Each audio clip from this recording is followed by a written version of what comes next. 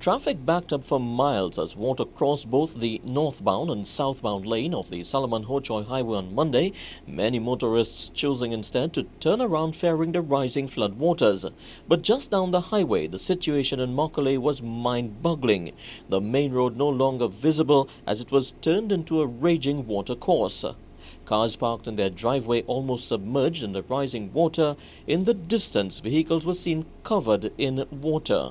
Even animals had to be saved from the raging torrent. Member of Parliament for Tabaki, Dr. Rambachan, was quickly on the scene. He describes the situation as critical, but assured help was on the way.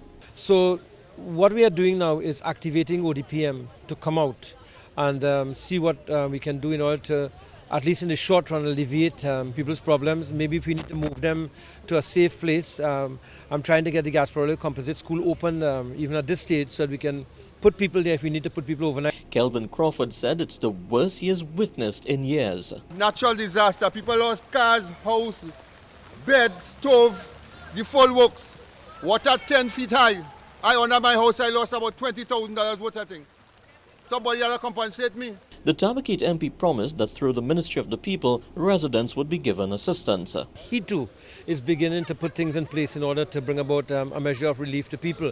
But remember, all this happened so suddenly, and while we have systems in place to activate things as quickly as possible, it's going to take a couple of hours to get it in place. In Gasparilla, residents fought the raging water to save what they could from washing away. One resident, Sandra Williamson, said she lost almost everything.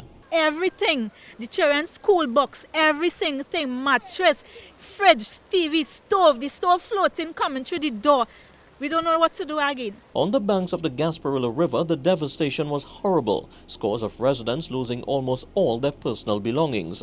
Complete goods, gas tank, stove, and bed, mattresses, everything like that. All my children's stuff for school, everything is gone. It's really hard to start from scratch, and I really, honestly would love to relocate and move from here. MP Rambachan promising that all assistance would be given, including relocation. All the books of her children and everything will be replaced, and you will have that for school, don't worry. If they lost their school uniforms, whatever, we make sure you get all that. And I'll be talking to Dr. Rudal Munilal to have you relocated from here. For CNC3, I'm Roshan Sukram.